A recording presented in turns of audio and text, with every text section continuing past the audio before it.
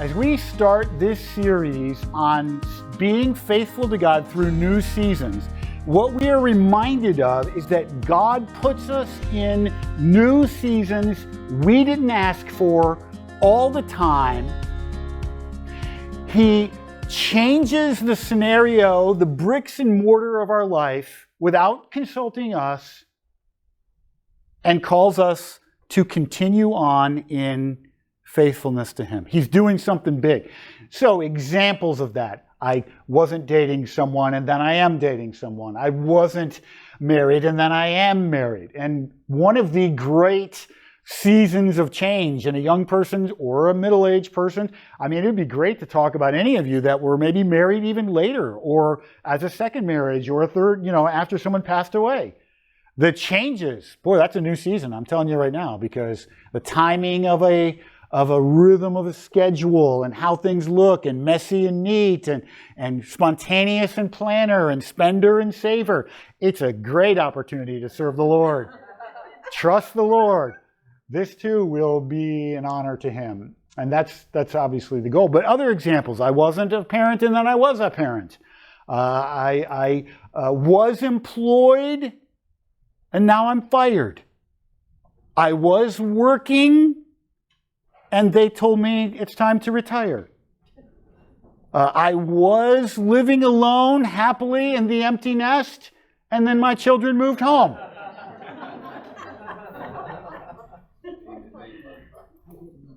Lots of fun. So, the beauty of this is that the seasons, now we can talk about that personally, then they can get bigger. I was happily investing, and now the stock market's in the tank. I was a member of the Roman culture, and one day it all fell. And that's a specific example to the United States of America. What if the whole thing falls apart tomorrow? Doesn't matter who you want to vote for. Doesn't matter your political opinions. Doesn't matter what you think. If the whole thing falls apart tomorrow, God is still God. God is still God. He still has a role for you and me in His kingdom. And the whole thing could fall apart tomorrow. We're going to look at that in our example today. So God puts, by the way, when Jesus comes back and establishes a reign and a rule, lots of things we were devoted to are going to go away. And obviously, it's going to become clear what it looks like to be totally devoted to the one who reigns and rules, Jesus Christ. But in the meantime, little things can often change around. Things we devoted our whole life to can become obsolete, and we can wonder what was all of that about. So that's what this series is about. It's about these kinds of changes that come into our life, and now we need to find a complete fulfillment in God in Christ Jesus apart from the thing I did. Or my secondary role becomes a non-role. And I've got to totally lean on a primary role. And what does that look like in our lives? So with that said, today our study is in Samuel.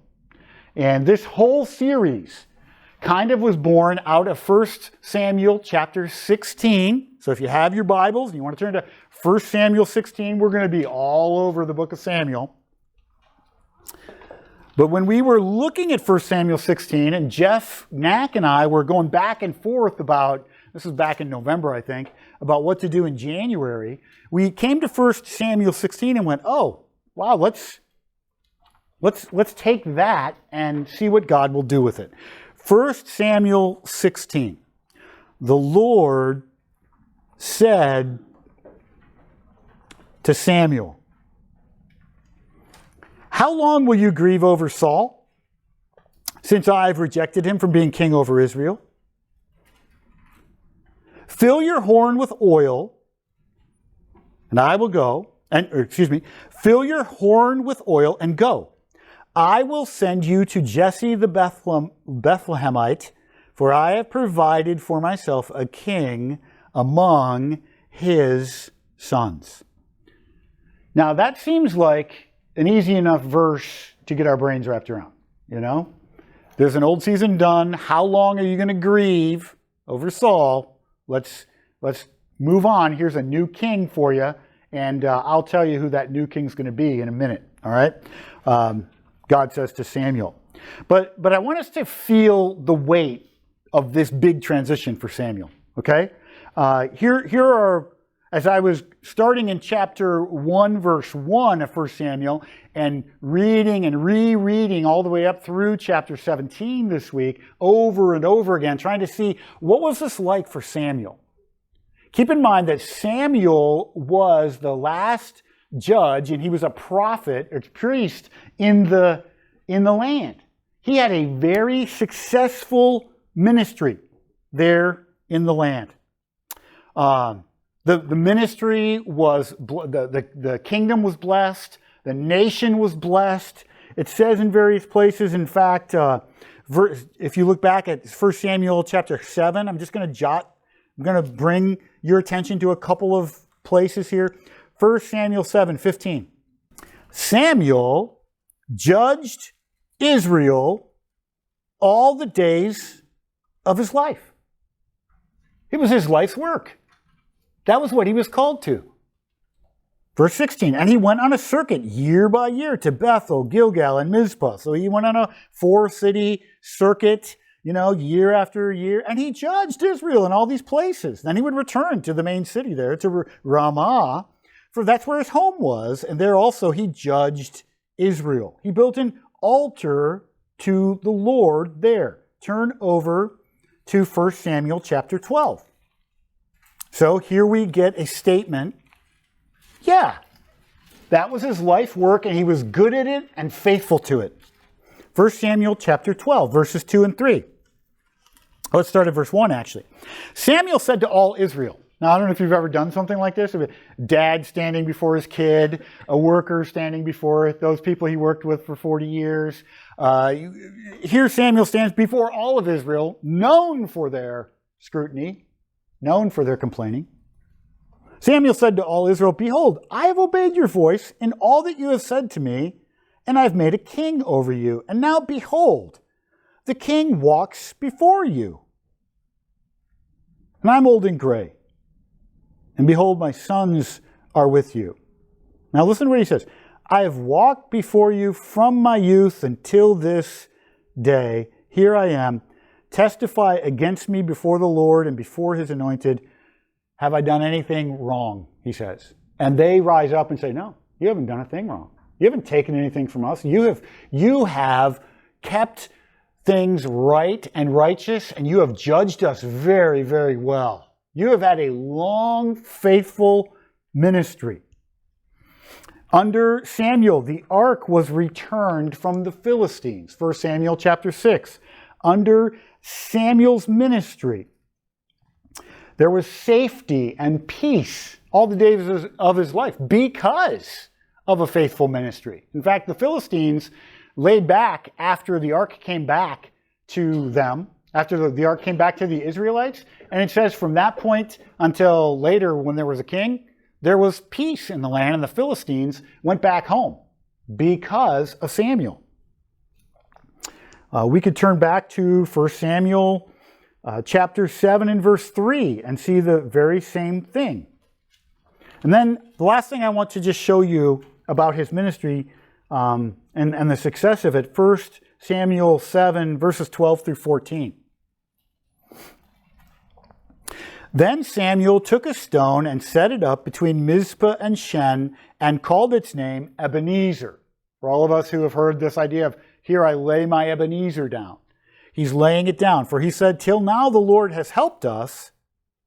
So the Philistines, here's what I want us to see.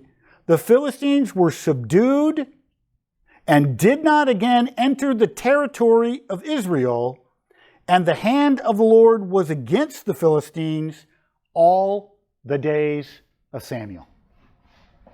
So, I mean, if that were all Samuel experienced and he got to his grave and he could look back and say, now look, I was faithful. I did my job. I did what I'm supposed to do. I was the last judge. I was the last non-king that God used to keep peace in the land and even in some respects to extend the borders. Man, what a great life And maybe you would look at your life and say, you know, I've been trying to be faithful to the Lord. I've been trying to seek Him. I've been trying to ask Him to work. But then trouble comes. All right? And so that's the part of it that's a mystery. When there's no stopping fall becoming winter. Now, it could be like today, and it could be like this winter. It's not too harsh. We would have thought, all of us, if we had filled out a little, questionnaire 3 months ago, we would have said, yeah, January 8th, yeah, there'll probably be some snow. It could be pretty bad out there. So we don't know precisely when things are going to change, but we know things are going to change, right? And if any of us were asked, we would say, well, we know there's going to be grandkids, or there's going to be kids moving out, or there's going to be a day when I retire, or there's going to be a day when some health problem comes that I didn't ask for. I don't know when that day is coming. I know a new season's coming. And a lot of our lives are kind of built knowing that that new season's coming. This new season for Samuel was sort of a new season he did not anticipate. Early in his life, he probably would have said, I'm going to be this last prophet. I'm going to die faithful, and that will be the end. You guys know the story. I'm not going to tell it because just for time's sake, I want to keep moving. But basically, it's this. The people came to him and said, hey, look, you're old, and your sons are not all that great. They're not really obedient. We want a king. Samuel took that really hard. Wait a second. What's wrong with... Aren't I faithful to the call? Aren't I doing the right thing here? Aren't I with you trying to seek the Lord? I didn't ask for a new season, yet the people kicked him out of leading. In fact, God has to come and put his armor on Samuel and say, Samuel, they're not rejecting you. They're rejecting me. I'm their king. I'm their king, and they're rejecting my leadership. I pushed the Philistines back. You didn't. I took care of the people. You didn't. And so if you feel it, imagine how I feel in some respect, God might say. They're not rejecting you. They're rejecting me from being their Lord. And then he says in chapter 8, okay, you feel betrayed. You feel rejected. You're forced into retirement. God says, give them what they want. So Samuel draws up, here's the next thing Samuel does. Okay, I'm going to draw up a constitution. In chapter 10, verse 25, Samuel writes down on paper, then Samuel, 10:25, we are in 1 Samuel. I know we're all over the place. I'm just showing you. He kept going. Okay, they reject me. I'm still going to do a faithful thing to get them to the next season. 10:25, then Samuel told the people the rights and duties of the kingship that he didn't want. He writes it down, and he wrote them in a book and laid it before the Lord. And Samuel sent all the people away, each one to his own home. So he continues to be faithful. And then you know the story of him coming to Saul. And again, we're going to tell this story rather quickly. Okay, we're going to give you Saul. He calls Saul. Remember, he's found looking for his donkeys. And then it comes time to anoint him. And then it comes time to kind of tell the people that Saul's going to be the king. And then it comes time to announce that he's the new king. Remember, then he's hiding in the baggage. Saul's like, I don't want to. So he's hiding somewhere, and they all have to go looking for him. Where's Saul? Where's Saul? And then he stands up, and he's handsome, and he starts to lead. And he is so faithless, is Saul. He tries to hide in the luggage in 10:22. Saul sacrifices unlawfully. Remember, he's supposed to wait for 7 days, and he goes ahead and says, well, I don't see him coming, so I'm going to make this. The king makes a sacrifice. Shouldn't be doing that, Saul. That's bad. He spares the Amalekites. He should have totally destroyed them, but he keeps their king alive and keeps the best of their sheep instead of totally destroying them. He makes a rash vow, which impacts his own son. He blames the people for his own sin. So Saul's kingship is a resolute failure in every way. And God, it says, repent. He regrets. In 15, 22, and 23, God regrets that he ever puts Saul on the throne. And so now here Samuel is, okay, you're old. You've given up your role in the kingdom, at least part of it. You put a king in place. You've given everything you can and tried to coach that king. And you even said to Saul, look, God told the people that if the king comes, that he's going to take, he's going to take, he's going to take, he's going to be terrible. But even now, if you would turn to the Lord can still bless this kingship. And Saul continues to turn away, and Samuel continues to lament. And now we get back to chapter 16, and you see how painful it is. Where I've been trying to give my life for this guy. I've been trying to help him every way I can. I put him in place. Now I'm old, and you want me to go back in and take him out? You want me to anoint a new king? Because look at chapter 16, verse 1 again. Fill your horn with oil and go. I will send you to Jesse the Bethlehemite, for I have provided for myself a king among his sons. And Samuel said, how can I go?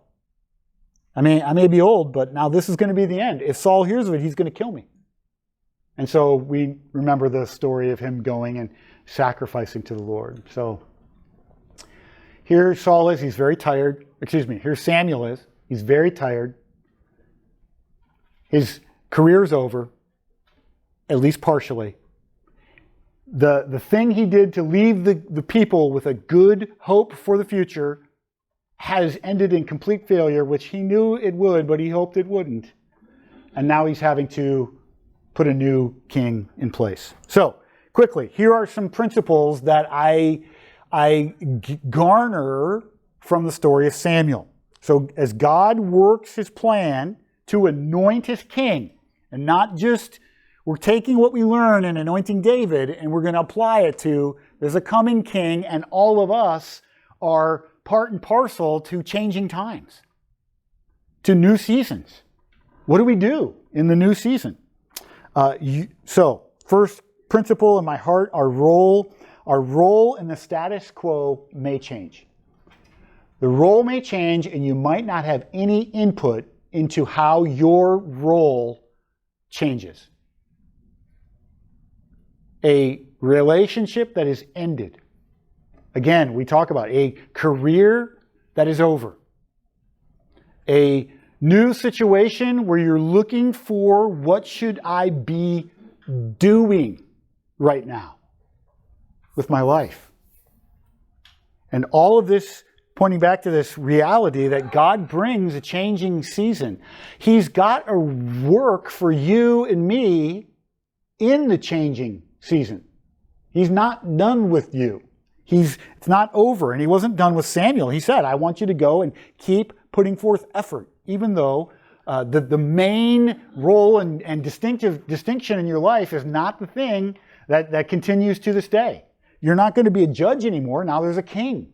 And so surprising, unwanted, and frustrating changes can come that we didn't ask for. And it could come in a moment when I'm older and resisting change. It's not only a new season, it's a new season I don't like. Our role may change in the status quo. 2, God could scrap your life work, going in a completely different direction. Everything about your life could change. When Mark Steele was here, and I would talk to him, he would say, the most difficult thing is I planted a church in Menominee Falls, and that church no longer exists. And I gave myself to that church for years and years, and now it's nothing. And he processed that beautifully, where he came to a place where he's like, I understand, it was kingdom work. And that's the heartbeat of this, is that your whole company, Johnsonville can go out of business. You gave your life to that company all the days of your life. It can be gone tomorrow. We don't know. The supply chain could cut off pork, completely. What are we going to do if something like that happens? Well, there's lessons from Samuel of what we do. So God could scrap your life work. That doesn't mean he's scrapping you. That doesn't mean that your job, your role is less. In fact, the reality is Samuel's faithfulness in the midst of Saul's unfaithfulness was more important than ever, as the whole nation was waiting for godliness to be displayed and shown to them in this moment. Stock markets, democracy, nations can fail. God will not fail. I will say this. This part has really made me rethink how important I think politics are. I know we need good Christian people in leading the nation. But I also know that the nation is temporary and God's kingdom is forever. Number 3, there can be different opinions, different interpretations of how important you are. All right, so it's important to apprehend what's essential and what is superfluous. Now, does there need to be a judge in Israel? The answer for 300 years was going to be something. Yeah, this is an actual theocracy. This is like the people of God are supposed to submit to God, and there's been an intermediary to help us with this all these years. So here Samuel was a judge, and then he wasn't a judge because there was going to be a new system in place eventually, and that was a major change, and part of Samuel's role became superfluous, if you will. And so new seasons require an ability to hone in and define what is essential and what is superfluous. Samuel sees what's essential is praying. What's essential is godliness. What's essential is aiming your life towards the Lord. What's not essential is his particular role of, in this case, the judge. Another thought here. More output may be required when the servant is very weary. I'm old. I've been down this road before. I've already anointed one king. I can't believe God would call me to anoint another king. I have to admit, I told the people it was going to be failure. Now it is a failure, and now I feel like a failure. It's all failure. You ever been there? Where you feel like everything you devoted your life to for a long time seems like there is no fruit from it? And that's where Samuel was. He was rejected, brokenhearted, and then God came to him and said, hey, while you feel like a complete failure, here's what I want from you. More output. You got to keep going. I've got another job, and this one is going to cause you to risk your life. Be very wise. Watch where you step next. Because this season, this chapter, could be the hardest, could be the most volatile, could hurt the deepest. And that's where Samuel was. More output may be required when the servant is weary. And the last thing I want to point out is that you may never see the successful chapter written. Samuel was rejected. He anointed a king. He wrote the Constitution. He tried to help Saul. God told Samuel he's done with Saul. Samuel anoints David. And then here, watch this chronology. Samuel dies in 1 Samuel 25. Saul dies while still a rejected king in 1 Samuel 31. David finally gets to the kingdom, to the throne, in 2 Samuel chapter 2. And even then, he's only the king of the southern kingdom of Judah. And there's a process until he becomes the king over all of Israel. And Samuel doesn't see any of that. He sees the ongoing ministry of a faithless king that God had rejected and dies. Man, that hurts. The beauty of it is this: the faithfulness that you put forth now in your life will produce faithful results under God's sovereign care. It matters what you do today. God is investing who you are today. The stories of your legacy. I was at the funeral yesterday of Diane Josie, and the stories of her grandkids talking about how she had been faithful for years, how she and her husband had been faithful for years. Yesterday, the stories were told, and I'm telling you, it's just the beginning of the stories. I did family research this last summer and found for the first time, I've lived in Sheboygan for 47 years, and I found places where family members were buried that I've never seen before. I found them 3 months ago, 4 months ago, 6 months ago. I knew they were out there somewhere. Then I saw stories, and I have one in writing where my great-grandmother Lita wrote about her dad. And she wrote and said, I always saw my father treat my mother with respect and as an equal and kindly. And the big quote of his life was, here is something, do something with it. So here is an opportunity, take it. Here is a book. And so the big quote of my great-great-grandfather's life for Lita was, here's the Bible, read it. I mean, that happened a long time ago, and it's written down, as far as I can tell, in one place in the world, somewhere in Missouri. And I got to read it a few months ago. My great-great-grandfather's faithfulness bears fruit to this day. I don't know much more about his life, but I'm telling you right now, your faithfulness in the season you didn't ask for, with the grief and the tears running down your face, will bear fruit in the coming generations as you hold to the Lord with all your heart and all your mind. We talked about this a few months ago when we talked about prayer. Your prayers prayed today can be answered when you're in glory.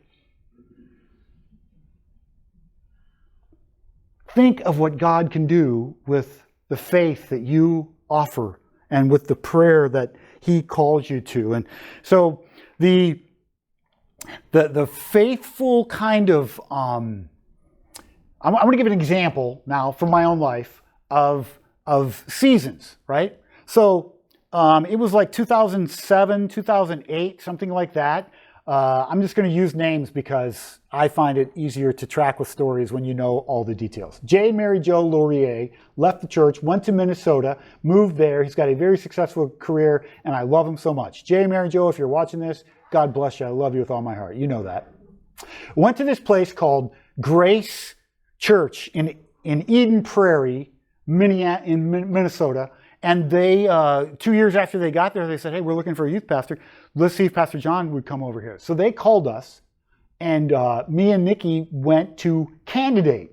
And we're like, all right, let's find this out. And so it was like it's a big church, and they had all this stuff, and it would be what some people call a mega church in Eden Prairie there in greater Minneapolis. So they call us over, and they say, hey, what do you think? We like what you're doing. We see, you teach our youth group. We want you to come. And so there were like 6 factors that came into this decision.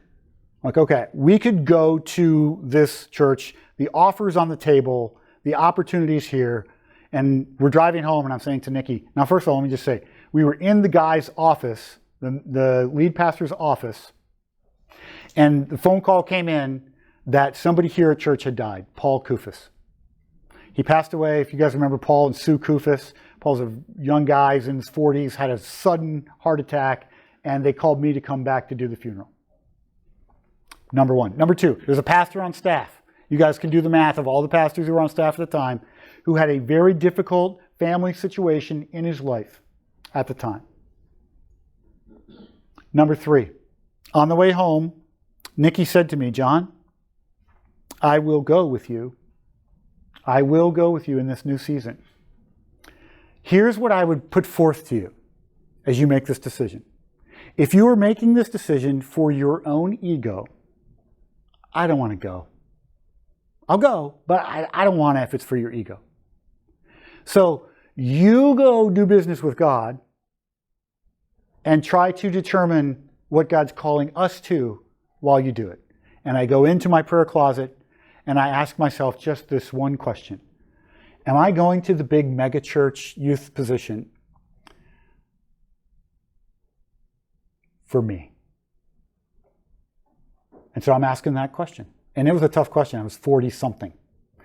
Two things I'll say. Number one, when we were in Columbus, Ohio, I believe God called us to that job partly to show us that a city the size of Columbus, Ohio and Minneapolis is not my favorite place to live. I think he showed us years earlier, all things being equal, maybe you're not cut out for that. You're cut out for something different. Number two,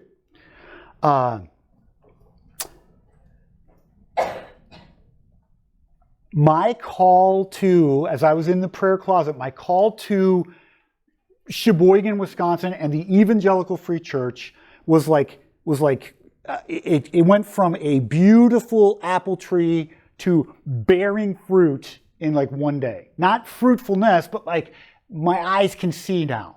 And so here was the decision that I came to. And I came back to Nikki and I said, okay, here's what I believe God's called us to. Here's what I wrote. I write my journal all the time, and I take little notes, and I answered prayers, and here's the story of Luther and Betsy Thompson, my great-great-great-grandparents I just told you about. Here's a story of Alpha William and Alpha Swartz, and here's a story, and I just write these things down, and I'm asking the Lord to show me things, and here's what I think God showed me in that moment. God is not calling me to be a youth pastor in a different, bigger church. He's calling me to serve the people of Sheboygan Evangelical Free Church. And I think that's his call on me. And again, other guys can do other things, and that's fine. But I think he's called us to Sheboygan. So, and I put this in writing, and I said this to Nikki, if God calls us to a different role within this church, then we should consider it. I think God might be setting us up for a new season, but I don't know. And I don't know when. But I think that's what God crystallized in that moment. I called the church in Eden Prairie, said, no thanks. And they said, what? Are you kidding me? They called us 3 times and said, are you sure? And actually, Jay and Mary Jo, if they're watching this, they will tell you that was the first time that someone had told that church no. Like, it was a big church and people wanted to be there, healthy. And I'm telling you, I didn't do anything noble. I just did what God led us to do. And I said no, and then I said no again, and then they came back with a different offer, and I'm like, no, still no. I'm like, wait a second, what did you say? let me go back to the prayer closet on that last offer. So then, with that in mind, and no promise of God doing anything different, a year and a half later, Mark Steele passed away. And the elders came and said, John, would you consider a different role within this church? And I said, I think so. It was not a hard decision because of what God did back then. Now, all of that to say, we don't always get knowledge that a new season's coming. But here's what we get, is this ongoing, growing sense of call and to be faithful to God's call on our life no matter what. And then sometimes he throws us a no matter what that really makes us mad, or that really catches us off guard, or that really has to be tested out over time. And friends, I'm telling you, your faithfulness to the Lord in these seasons of preparation, in these moments of sameness, in these moments of mundane, daily things happening in your world, God is preparing you for a remarkable, unbelievable, earth-shattering kind of impact that you're going to have as you just keep trusting Him day by day by day.